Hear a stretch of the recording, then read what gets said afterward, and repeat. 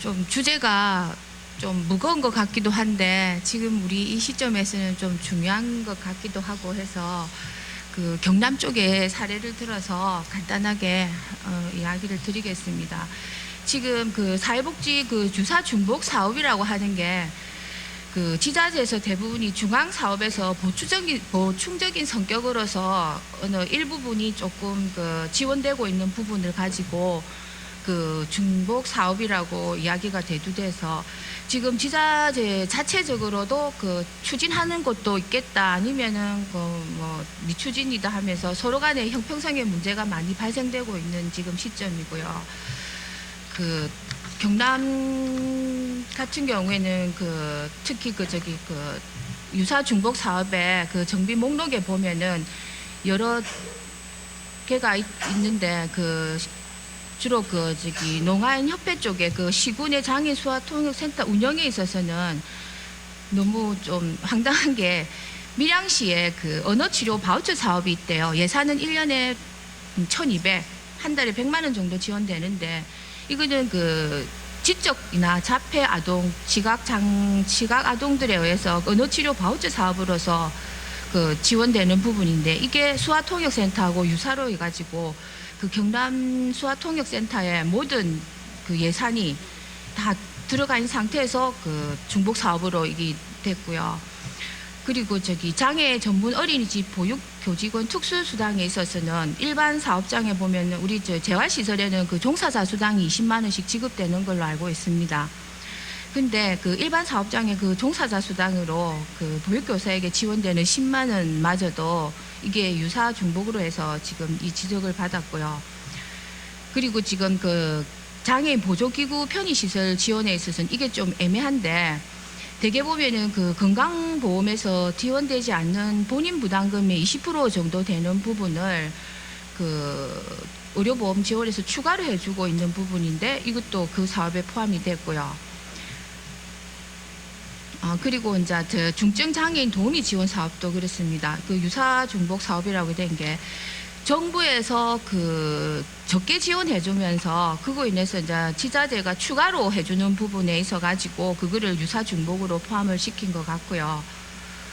또 그 중증 장애인 주거 환경 개보수에 있어서도 그 부족분 추가 지원해주는 걸 500만 원 주고 있는 것도 이 유사 중복에 넣은 것 같습니다.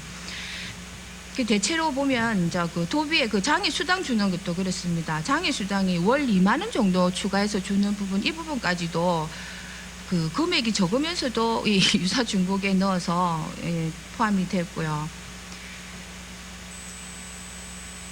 대개 보면은 이제 국비로 만약에 100%가 지원이 되는 곳이 있는 데는 별 문제가 아닌데 일부 대개 보면은 센터 그 국비 지원이 없는 상태에서 도비 지원되는 부분에 있어서 이게 중복 사업으로 포함이 많이 된 것 같습니다. 그리고 그 경상남도에서 장난감 도서관 운영도 중복 사업으로 들어갔는데 이거는 지금 제가 알고 있기로는 전국에 장난감 도서관이라고는 없다고 알고 있습니다. 도도 그렇지만 더 시군으로도 나뉘어져 있는 부분들이 여러 가지 사업들이 중복 사업으로 많이 포함이 됐는데요. 그 활동 보조, 장애 수당, 추가 서비스로 중복되는 부분들이 좀 애매하게도 이 모든 추가 서비스에서 유사 사업으로 많이 이게 그 지적을 많이 받게 됐는데 이 대개 보니까 같은 사업을 하더라도 시군에 따라 가지고 거제나 김해, 양산, 진주, 통영 같은 경우에는 유사 중복으로 포함을 시키는데 다른 지역은 또 이 유사 중복이 아니라고 포함을 안 시키는 데도 있고 이게 조금 여러 가지로 좀 평형성에 많이 어긋나는 것 같기도 합니다. 대개 보면 이 지금 유사 중복 사업에서 문제가 되는 게 그 정부가 적게 주기 때문에 지자체에서 추가로 지원되는 부분이지 결코 이게 중복 사업은 아니라고 봅니다. 그 단어들도 조금 비슷한 단어가 들어간다면은 그거를 중복 사업으로 인정한다는 거는 이거 조금 문제가 있는 것 같습니다. 그러면서 여기 그 사회보장위원회 구성 관련된 부분도 있는데 보통 그 뭐 협의를 하라고 되어 있는데 협의는 이루어지지 않은 상태에서 사회보장위원회에서 조정하도록 지금 하고 있는 그 실체이고 그 지방자치단체 입장을 대변할 수 있는 위원이나 이런 게 있는지 조금 의문시 되고 있습니다. 또한 그 사회보장위원회의 구성 자체가 주로 중앙부처나 중앙행정기관의 장들이 중심으로 구성되어 가지고 그 30명 가운데에서 15명이 국무총리 이하의 중앙행정기관의 장들로 구성되어 있고 나머지 위원도 대통령이 위촉하는 걸로 되어 있습니다. 만일 그렇다 그러면은 그 위원회의 구성이나 관료 부분에 있어서는 근로자 대표 4분의 1 정도, 뭐 사용자 대표 4분의 1, 민간 참여 4분의 1, 관료 한 4분의 1 정도로 해서 지방자치단체장의 추천의 4분의 1 또는 5분의 1 등으로 하는 것이 바람직하나라는 생각은 한번 해보고요. 그 주로 그 중복 누락의 문제라면 그 사회보장위원회도 업무가 일원화되는 것이 행정조직법상으로는 더 타당하다고 보지 않나라고 생각을 합니다. 또 그 사업 불수용 통보 형식의 문제가 그 협의의 취지에 어긋난다고 보고요. 협의의 제도 취지상 사업 불수용 통보는 상대방을 국속하는 힘은 없습니다.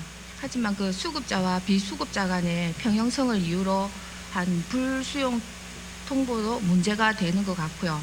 최중증 24시간 활동 지원할 수 있는 장기 요양 보험과의 관계에서도 그 노인 장애인과 비노인 장애인 간의 그 지원 수준 격차가 증가하는 이유도 제시되고 있는 게 문제가 되고 있습니다.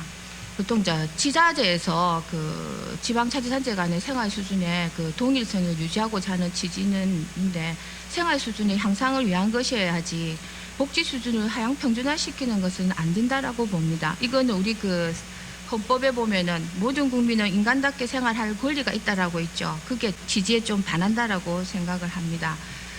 그 정부가 적게 주면서 그 지자체에서 일부 부담하고 있는 부분을 유사 중복 사업이라고 하는 것에 대해서는 결코 이게 중복 사업이 아니라고 봅니다.